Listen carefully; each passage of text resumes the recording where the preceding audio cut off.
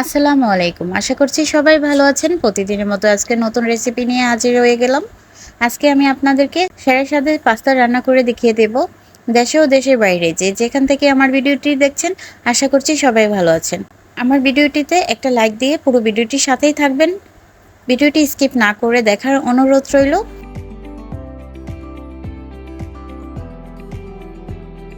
আজকে আমি আপনাদেরকে পাস্তা রান্না করে দেখিয়ে দেব, একদম কোনো রকম ঝামেলা ছাড়া সেরা স্বাদে তৈরি করে নিতে পারবেন। চলুন তাহলে দেখে নেন। প্রথমে আমি এখানে পাস্তা নিয়ে নিয়েছি 2 রকম। আপনাদের ইচ্ছে মতো পাস্তা নিয়ে নিতে পারবেন। আর এখানে আমি একটা প্যান বসিয়ে দিয়েছি। আমি পাস্তাগুলো বয়েল করে নিয়েছিলাম, ওইটা স্কিপ হয়ে গেছে। এখানে আমি 1 চামচ ঘি দিয়ে দিয়েছি। আপনারা এখানে চাইলে তেলটাও ব্যবহার করে নিতে পারেন। আর এখানে দিয়ে দিচ্ছি কয়েকটা পেঁয়াজ কুচি। আমি আগে চিকেনটা রান্না করে নেব। আমি যেহেতু চিকেন পাস্তা রান্না করব, তাই একটু পেঁয়াজ দিয়ে চিকেনটা রান্না করে নিচ্ছি। আমরা অনেক রকমভাবেই পাস্তা খেয়ে থাকি, একটু স্পেশালভাবে আমি আপনাদেরকে পাস্তাটা রান্না করে দেখিয়ে দিচ্ছি। এখন আমি দিয়ে দিচ্ছি, পেঁয়াজটা হালকা বাদামি করে ভেজে নিয়েছি। আর দিয়ে দিয়েছি চিকেনগুলো। আমি একদম ছোট ছোট পিস করে কেটে নিয়েছি। আমি হাড় ছাড়া চিকেনগুলো নিয়েছি। তো দেখতেই পাচ্ছেন আমি কিভাবে করে চিকেনটা ভেজে নিয়েছি। আমি কিন্তু এখানে স্বাদ মতো লবণ দিয়ে চিকেনটা মেখে রেখেছি, তো তারপরেই ভেজে নিচ্ছি। দেখতেই পাচ্ছেন আমি কিভাবে করে চিকেনটা ভেজে নিচ্ছি। আর এখানে অল্প একটু টেস্টি সল্ট দিয়ে দিয়েছি, একটু বেশি টেস্ট লাগার জন্য। তো আমি এভাবে করে চিকেনটা ভেজে নিয়েছি। তো চিকেনটা ভাজা শেষ পর্যায়ে আমি এখন তুলে রাখছি, অন্য একটা পাত্রে তুলে রাখছি। আর এখন আমি দিয়ে দিচ্ছি রসুন কুচি।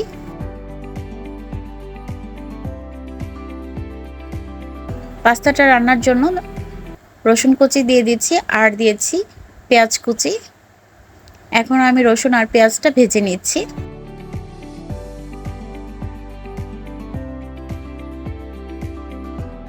আপনারা চাইলে এখানে আদা কুচিও ব্যবহার করতে পারেন। আমি অল্প একটু আদা বাটা ব্যবহার করেছি এখানে।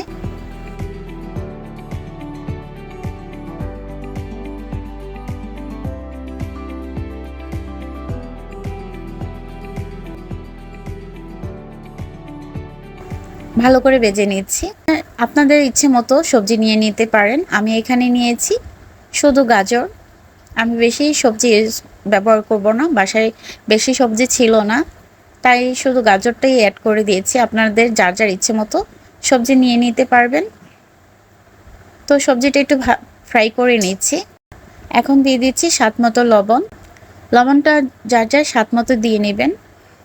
আমি যেহেতু বয়েল করার সময় লবণ দিয়ে নিয়েছি। আর সয়া সসও দিচ্ছি, যার কারণে লবণটা একটু বুঝেই দিবেন। 1 চা চামচ আমি সয়া সস দিয়ে দিচ্ছি।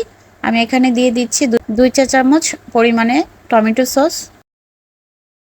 যারা আমার ভিডিওটি দেখছেন কিন্তু একটা লাইক দিতে ভুলে গিয়েছেন, প্লিজ একটা লাইক দিয়ে পুরো ভিডিওটির সাথেই থাকবেন। আমার ভিডিওটি দেখার পরে কোনো অংশ যদি আপনাদের কাছে ভালো লেগে থাকে, চ্যানেলটি সাবস্ক্রাইব করে পাশে থেকে যেতে পারেন।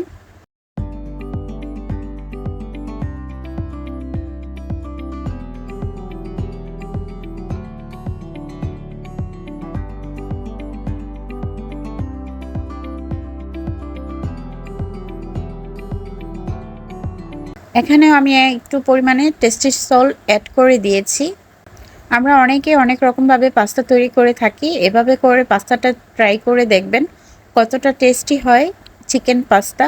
এখন ভালো করে আমি নেড়ে চেড়ে মিলিয়ে নিচ্ছি।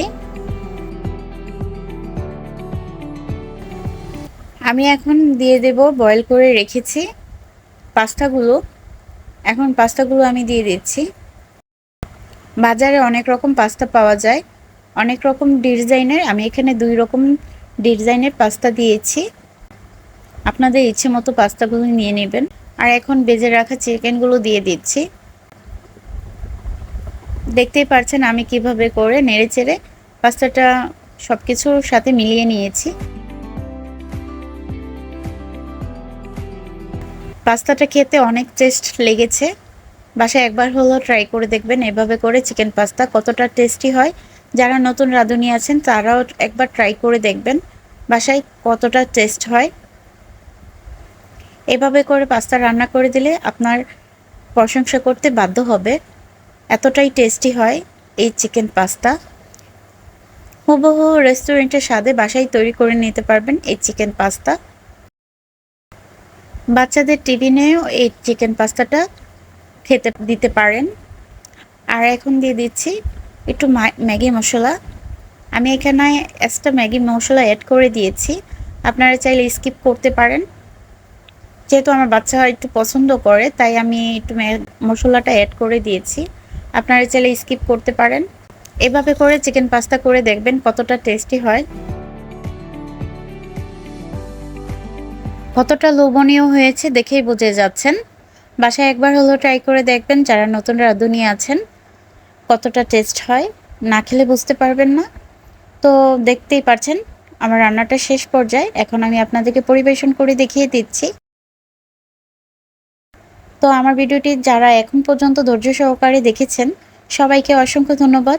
আমার পাশে এভাবে সাপোর্ট করবেন, আমার পাশেই থাকবেন। আমার ভিডিওটি আপনাদের কাছে কেমন লেগেছে কমেন্টে জানিয়ে যাবেন।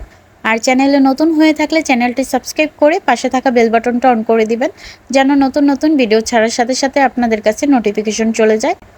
যারা অলরেডি চ্যানেলটা সাবস্ক্রাইব করে দিয়েছেন তাদেরকে অসংখ্য ধন্যবাদ।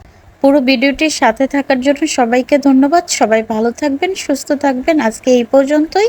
আল্লাহ হাফেজ।